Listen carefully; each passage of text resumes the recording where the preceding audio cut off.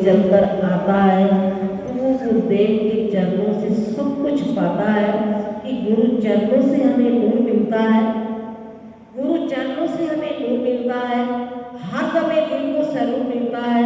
जो झुकता है गुरुदेव के चरणों में आके उसे कुछ ना कुछ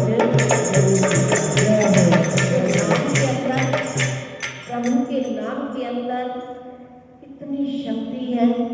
तो इसलिए लिखा है कि तेरा नाम जपते ही सब उजला हो जाता है, कि ये संसार रूपी ये अज्ञानता का अंधेरा क्या हो जाता है, दूर। तेरा नाम जपते ही सब उजला हो जाता है। सत्संग तेरा करते ही करते दुख का बादल छट जाता है। कैसे करूं गुरुदेव आपका शुक्राना, तेरा मेहरबानियों का शुक्राना भी उस पर छोटा पड़ जाता है, उस पर छोटा पड़ जाता है। कि जितना हम गुरु महाराज जी का शुक्राना करें, प्यारे श्री महाराज जी का शुक्राना करें, उतना थोड़ा है। कि दिल से करे शुक्राना सतगुरु तो भी थोड़ा है। तो वो तो सतगुरु देव की हम सबके ऊपर कितनी मेहरबानियां है, कि तेरी मेहरबानी का है वो जी कितना, तेरी मेहरबानी का है वो जी कितना, जिसे मैं उठाने के काबिल नहीं हूँ। आत्म गई हूँ मगर जानती हूँ, दर पे भी आने के काबिल नहीं। तो इस काबिल बनाया तो सतगुरु देव की मेहरबानी ने बनाया कि भगवान कृष्ण कि जब इस संसार के अंदर जन्म लेकर आए इस धरा धाम के ऊपर,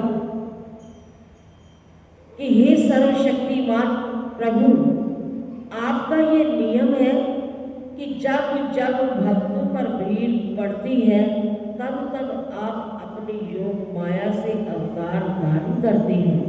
सो अपने उसी सिद्धांत से आज आप संसार के कल्याण हेतु मेरे गृह में अपनी कृष्ण मूर्ति धारण कर जन्म लिए हैं। ये देव अब यह स्पष्ट है कि आप खेलों, आप खलों दैत्यों और उनके सेनापतियों सहित उनके दल का संहार कर अपने भक्तों एवं साधु जनों को सुखी बनाएंगे।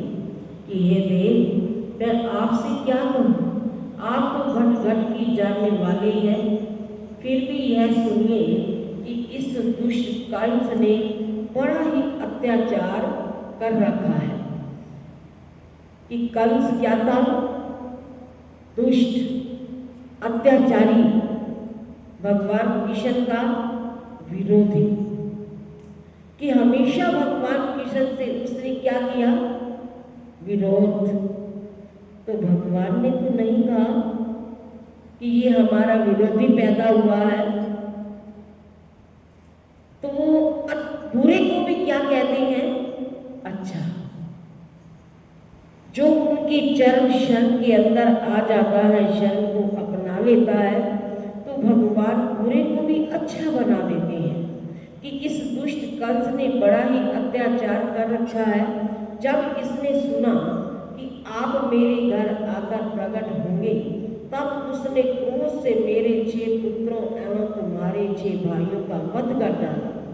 अभी जब उसको मालूम होगा कि तुम्हारा जन्म हो गया है, कि जब कंस को इस बात का पता चलेगा कि भगवान कृष्ण का जन्म हो गया है, तब वह अपने दूतों से यह समाचार सुनकर हाथ में तलवार लेकर यहाँ दौड़ा हुआ आएगा।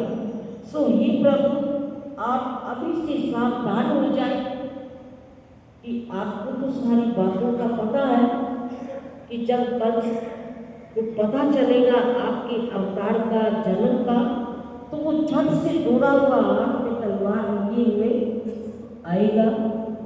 तो आप अभी से सावधान हो जाए।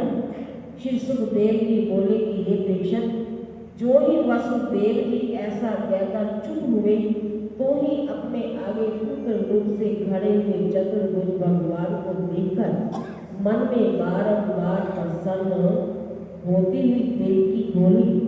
कि उस वक्त श्री सुखदेव जी बोले राजा जो ही वसुदेव जी ऐसा कहकर चुप ही हुए थे, तो त्यों ही अपने आगे पुत्र रूप से खड़े हुए चतुर्भुज भगवान को देखा। तो भगवान आने में देरी नहीं करते, कोई बुलाने वाला चाहिए। तो दुष्ट कंस को जब इस बातों का पता चला तो वो भी दिल ही दिल इन सब बातों को सोचने लगा। तो उस वक्त सारे प्रार्थना करने लगे कि प्रभु, कि उस वक्त चतुर्भुज भगवान को देखकर मन में बारंबार प्रसन्न होती हुई देवकी बोली कि हे सर्वव्यापक प्रभु, जब से आपने आने का विचार किया है तभी से यह दुष्ट कंस हमारे पीछे पड़ा हुआ है। कि ये जो दुष्ट होता है ना, कि वो अपनी दुष्टता किए बिना नहीं रहता। जैसे ही सारे प्रार्थना करने लगे भगवान कृष्ण के चरणों में कि वो दुष्ट कंस, कि वो हमारे पीछे पड़ा हुआ है, इस अवधि में हमने इतने कष्ट सहे हैं, तो यह हमारा हृदय ही जानता है कि प्रभु, कि हम आपको क्या क्या बताएं कि कंस हमारे पीछे कैसे पड़ा हुआ है, कि ये तो हमारा ही जानता है। परंतु हे प्रभु, आपका वह ईश्वरीय रूप है कि अथवा आप जानते हैं। हे नाथ, अब आप इस दुष्ट से हमारी रक्षा कीजिए। परंतु हे प्रभु,